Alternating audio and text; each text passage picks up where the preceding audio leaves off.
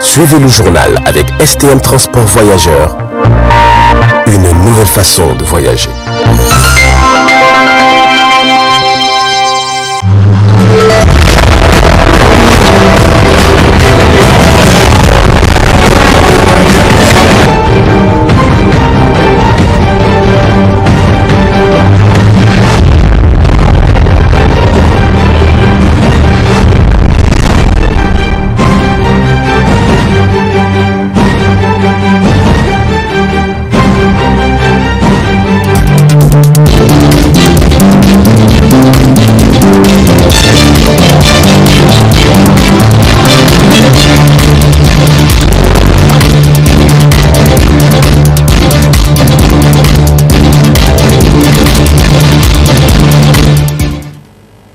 Bonsoir à toutes et à tous et merci de prendre part à ce rendez-vous incontournable de l'actualité que nous ouvrons avec le ministre de la Défense nationale, M.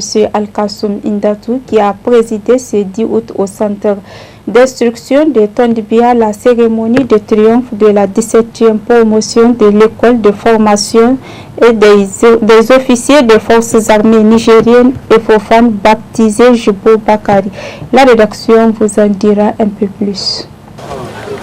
Nous, officiers de la formation Jibo Bakari, Jibo, solennellement, de servir la patrie avec honneur et fidélité, et ça, jusqu'au sacrifice suprême. Devant parents et autres proches, le major de la 17e promotion de l'école de formation des officiers des forces armées nigériennes et Fofane, dénommé Jibo Bakari et ses 114 autres camarades, après 2 ans de formation militaire, tournent franchement le dos à la vie civile pour solennellement s'engager à servir le pays devant le drapeau. La 7e promotion d'élèves officiers d'actifs, dénommée promotion Jibo Bakari, qui se tient devant vous, est composée de 99 nationaux et 17 stagiaires issus des pays amis, à savoir 2 du Bénin, 3 du Burkina Faso, 1 du Cameroun, 2 du Congo, 1 de la Guinée, 1 du Mali, 2 de la Côte d'Ivoire, 2 du Sénégal, 1 du Tchad et 2 du Togo. Ces élèves ont suivi une scolarité de 2 années académiques qui exige une réussite aux différents examens de compétences et modules divers nécessaires à l'obtention du brevet de chef de section. Cette formation s'est articulée durant les 2 années autour de 3 axes principaux qui sont la formation militaire générale, la formation physique et sportive et une formation morale et de renforcement du caractère. Au regard des résultats obtenus, je reste confiant à la capacité de chacun de ces jeunes Wangari pour servir honorablement dans nos armées respectives avec courage, discernement et engagement. Après la présentation aux couleurs, le port des épaulettes de sous-lieutenant au récipiendaire par les officiers parrains et le deuxième temps fort de cette cérémonie de triomphe, éléments de renfort au niveau des forces de défense et de sécurité, ont reçu toutes les félicitations et conseils des autorités visiblement satisfaites de les accueillir. Élèves officiers de la promotion Jibo Bakari, vous avez achevé 2 années de formation particulièrement éprouvantes, ayant mis à rude épreuve les qualités mentales, psychologiques, physiques et intellectuelles indispensables à votre état de futur chef de section interarmes. Vous serez bientôt engagé dans des situations complexes et vous devez faire appel au savoir-faire et au savoir-être que vous avez appris entre ces murs. 2 principes combinés harmonieusement doivent retenir votre attention, la compétence et la discipline. En tant que chef militaire, votre compétence émane de votre capacité à prévoir, organiser, commander et contrôler le moment à la tête duquel vous avez été placé en vue de remplir la mission qui vous a été confiée. Certes, la compétence n'est pas le fondement exclusif de l'autorité, mais sans compétence, il n'est pas possible de commander. la compétence est une condition sine qua non pour mériter l'estime de vos chefs, de vos pairs et de vos subordonnés. Sur le terrain, notamment en situation offensive ou défensive, tout en anticipant les réactions de l'ennemi sur votre propre initiative, vous devrez combiner un emploi judicieux du feu et du tact dans l'action comme vous l'avez appris à l'école pour défaire l'ennemi.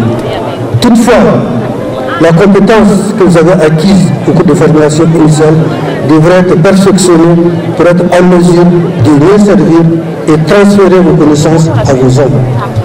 Quant à la discipline, elle fait la force principale des armées, comme le martèle le règlement de discipline générale.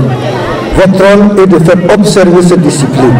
Être discipliné, c'est non seulement agir avec volontarisme dans les centres des ordres que vous avez reçus, mais aussi épouser entièrement les idées de votre chef. La discipline est la base de tout succès et la condition de l'efficacité au combat. Vous devrez donc obéir à vos supérieurs et commander vos subordonnés pour le succès des armées. Ces 515 appelés de la 17e promotion de l'EFOFAN qui portent le nom de l'illustre figure Jubo Bakari ont offert un défilé militaire sous l'œil admiratif de tous. Ils sont ainsi prêts à être déployés sur le terrain pour servir leur patrie.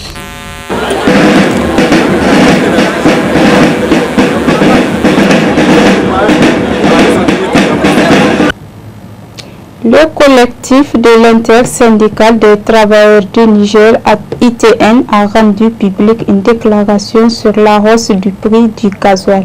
Suivez plutôt.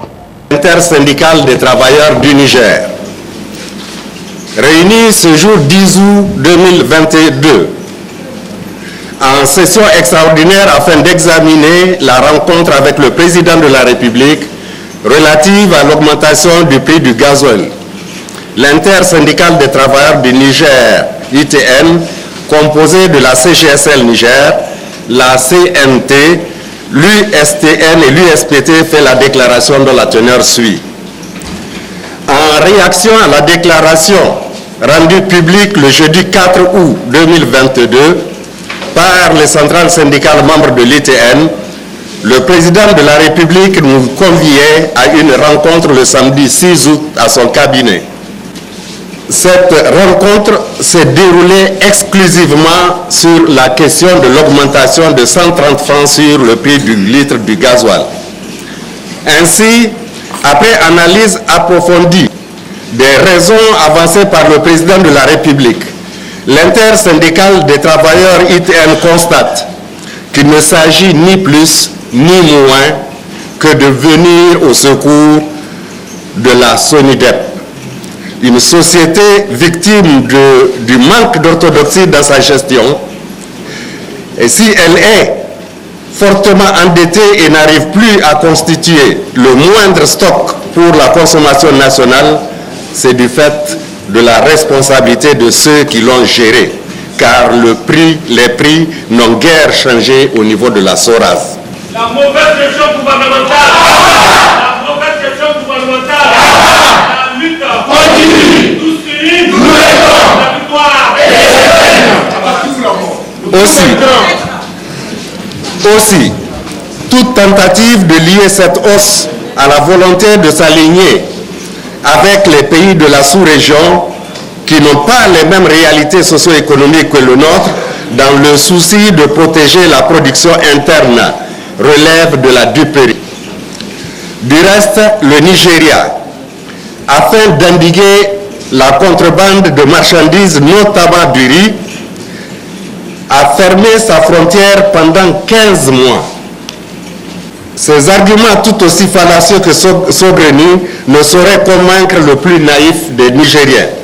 Nous sommes convaincus que d'autres voies pour protéger le marché intérieur existent. C'est pourquoi l'intersyndicale des travailleurs du Niger 1.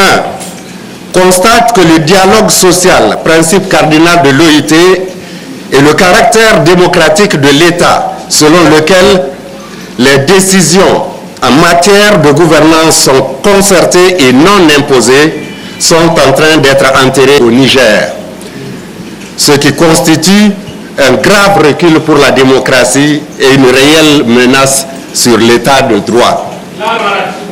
L'ITN informe le gouvernement qu'elle n'entendra pas, pour quelque raison que ce soit, consentir des sacrifices pour couvrir la forfaiture d'individus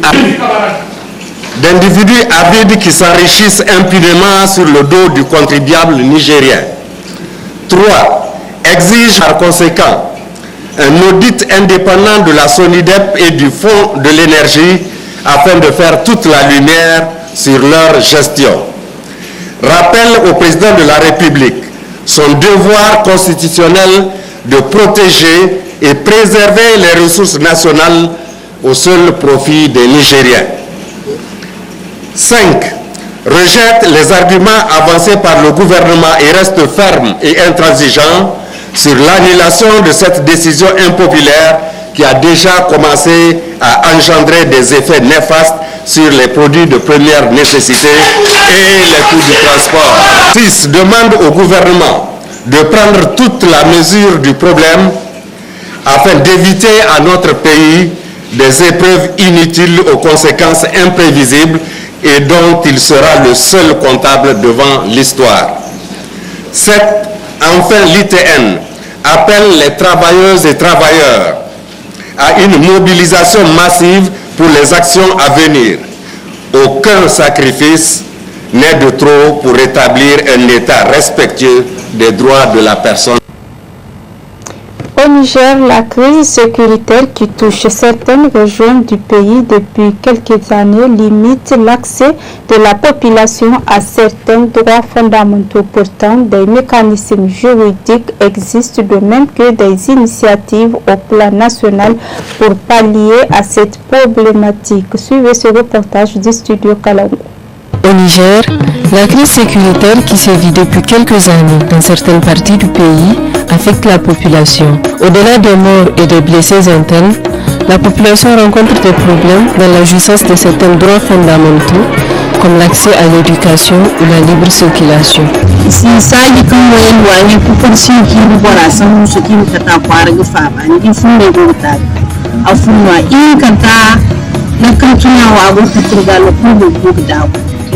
la kaltuna la hanaka katirse itlibir gandawara la hanage bagumo kuna dirza chondo do hare lokolo chidro masalka garaga sigte gbori zama isfutai in chondo ke hamburundi alkason ko arabore hamburu sankai mo kanko lokolo do isudo koy zama lokolo dabo.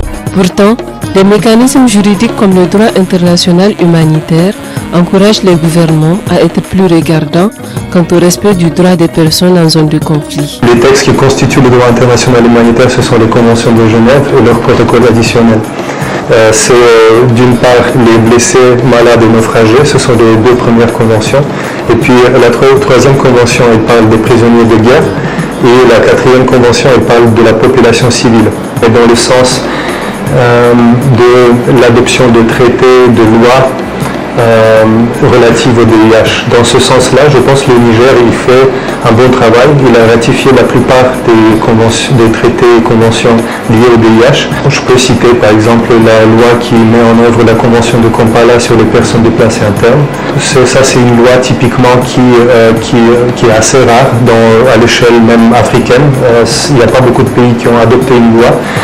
Donc le Niger, il montre un bon exemple là, mais faut-il encore que les organes qui sont mis en place d'après cette loi-là soient suffisamment outillés et financés pour pouvoir fonctionner comme c'était prévu. Au plan national, la HACP, Haute Autorité à la consolidation de la paix, essaie d'impliquer toutes les couches sociales dans les prises de décision. L'État ne donne pas l'eau, ne donne pas la santé, ne donne pas l'éducation. Pour des pasteurs, ils n'assurent pas la vaccination. C'est vraiment assez complexe. Et l'État du Niger a essayé, après beaucoup d'échanges, collaboration avec les représentants de ces populations, de ces zones, essayer de fournir l'essentiel de ces services dans ces populations et voir maintenant comment réfléchir, les ramener pour celles qui ont quitté déjà les zones. Et celles qui sont sur place, l'État est en train de renforcer les conditions sécuritaires autour pour qu'elles y restent. On a toujours ce souhait que les populations, quelles que soient, se trouvent ensemble avec les forces qu'il y a autour pour travailler main dans la main avec les différents cadres. Et donc c'est ça un peu les quelques initiatives.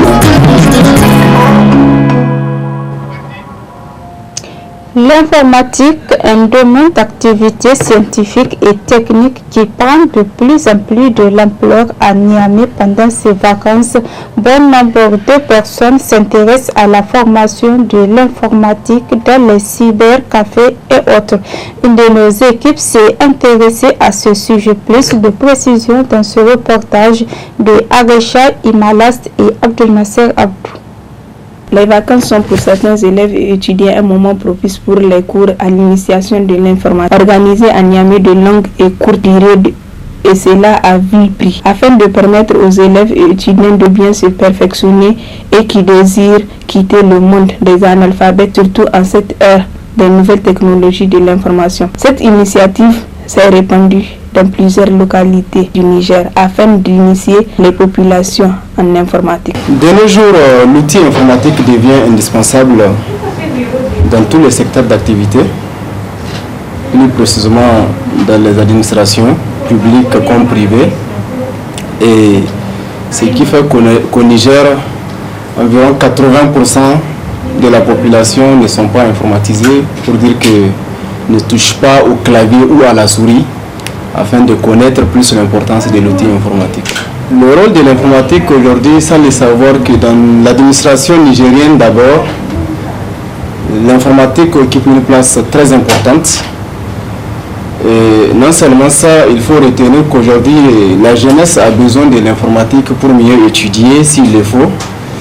Et également, il n'y a pas un seul domaine où vous allez travailler, vouloir faire quelque chose sans pour autant mettre de l'informatique. Donc, il est vraiment nécessaire d'apprendre l'outil informatique. Bon, et ici, MIT Niger, nous avons trouvé utile d'apprendre à la jeunesse nigérienne, d'abord volontairement. Nous faisons non seulement le volontariat et nous les apprenons à vil prix. Et ces logiciels, et nous avons le package Office, ça sous-entend les Windows, Word, Excel, PowerPoint, ainsi de suite. Nous avons également le réseau informatique où nous faisons de Cisco, Pactresa et tout ça. Nous aidons les étudiants à mieux préparer leur certification CCNA. Et non seulement ça, il y a aussi les logiciels de conception des maquettes et autres. Ce qui concerne les PAO, ça sous-entend les programmes assistés par ordinateur, ça sous-entend préparer les maquettes et tout ça. Dans votre domaine proprement dit aussi, à ce qui est de la publicité, nous assistons à beaucoup de ceux qui font le montage audiovisuel à mieux donner la meilleure des qualités de montage qu'il faut. En plus, cette initiative de volontariat est organisée à Niamey pour permettre aux apprenants de s'initier à cet outil de développement afin d'accompagner la communication et le numérique à Niamey. Le 5e arrondissement a lancé son tournoi des grandes vacances. C'était ce mardi 9 août 2022 dans l'enceinte du CEG 9. Le point avec Ibrahima Abdelkader et Abdel Nasser Abdou.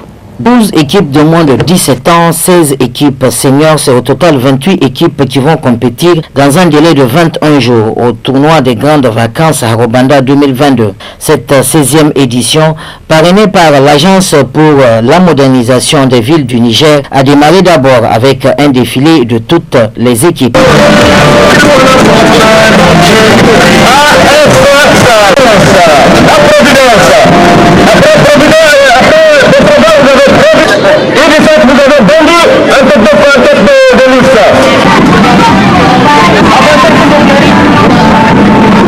Les anciens joueurs de Harobanda ne se sont pas laissés aussi dévancer. Ils ont animé le public avec un petit match de 30 minutes. Le parent, y compris, s'est mouillé le maillot avant de s'adresser à la presse. C'est une grande satisfaction d'abord par rapport à l'organisation. Je voudrais saluer, remercier et féliciter le comité d'organisation qui nous a permis de nous retrouver aujourd'hui dans un cadre convivial Un cadre qui met en jeu une fois de plus les jeunes de Niamey et plus particulièrement les jeunes de Harobanda. C'est avant le début du tournoi, il y a eu aussi un match entre les anciens joueurs de Harobanda. C'était très convivial, c'était beau. C'est une façon de créer une ambiance dans notre société, c'est une façon de tenir les jeunes pendant ces périodes de vacances en activité à travers le sport. Le promoteur, on le situe ici, les grandes lignes de ce tournoi. Qui dit 16 éditions dit quand même maturité. Une 16e édition qui a connu cette année beaucoup d'innovations. Vous avez vu, pour une première fois, nous avons fait venir les anciens de Harobanda qui ont joué un match de gala. À cette occasion, nous avons fait défiler toutes les équipes participantes. Nous avons cette année 2 catégories de compétition, c'est-à-dire nous avons une compétition pour les U17, les cadets, et une autre compétition pour les seniors. Donc c'est pour vous dire que nous avons 12 équipes de U17, 16 équipes seniors, ce qui prouve que cette année, le TGV a atteint vraiment sa vitesse de croisière. Une vitesse qui lui permet en tout cas d'atteindre ses objectifs assignés, c'est-à-dire faire en sorte que nous puissions détecter des talents, que nous puissions faire de cette compétition un endroit de retrouvailles, de cohésion, en tout cas un endroit qui va permettre aux jeunes de fraterniser, de se retrouver pendant ces vacances-là pour pouvoir s'adonner à leur sport préféré qui est le football. Donc ce sont là quelques objectifs que nous visons à travers l'organisation du TGV et cette année nous sommes surtout motivés par la présence d'un parrain, Mouktar Mamoudou, qui est le directeur général de l'ANV, l'Agence de modernisation des villes du Niger, qui a décidé de nous accompagner. Vous avez vu, grâce à l'appui de l'ANV, nous avons équipé toutes les équipes en maillot, short et en bas. Nous avons aussi fait en sorte que toutes les équipes soient à la fin du tournoi récompensées par des ballons, par des prix spéciaux, notamment pour les meilleurs joueurs, les meilleurs gardiens, les meilleurs entraîneurs, ainsi de suite. Le premier match d'ouverture a opposé l'équipe de Pont Kennedy à l'équipe Farera, qui s'est achevée par une écrasante victoire de l'équipe de Pont Kennedy avec 2-0.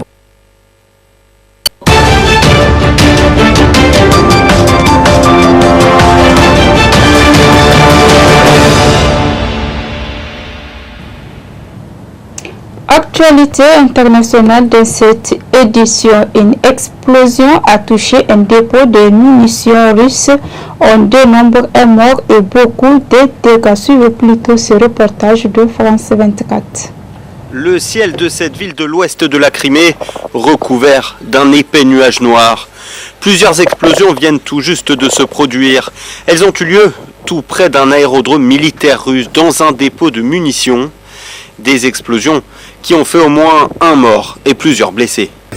La situation est sous contrôle. Seuls les habitants des maisons situées dans les alentours de la base militaire vont devoir s'installer ailleurs. Les maisons sont examinées pour vérifier les dommages qu'il y a eu. La Crimée, péninsule ukrainienne annexée par la Russie en 2014, est aujourd'hui une base de premier plan pour Moscou dans la guerre en Ukraine. Les autorités russes affirment cependant que le dépôt n'a pas été visé par un tir ou un bombardement. Dans son allocution quotidienne, Volodymyr Zelensky n'a pas hésité à évoquer les explosions et le statut de la péninsule. Aujourd'hui, il y a une attention toute particulière à la Crimée et c'est normal, car la Crimée est ukrainienne et nous n'y renoncerons pas. Nous n'oublierons jamais que l'occupation de la Crimée a été le début de la guerre russe en Ukraine. De nombreux touristes russes passaient leurs vacances dans cette station balnéaire de Crimée. Plusieurs évacuations ont dû être organisées à la suite de ces explosions. Au Cameroun, une nouvelle boisson éclaircissante est née. Un business juteux mais dangereux. Suivez toujours ce reportage de France 24.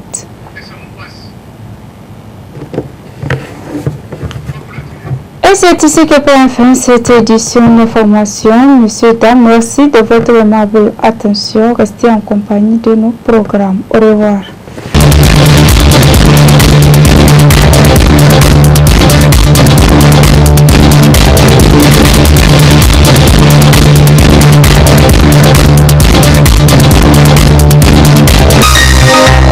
journal vous a été présenté par STM Transport Voyageurs. Une nouvelle façon de voyager.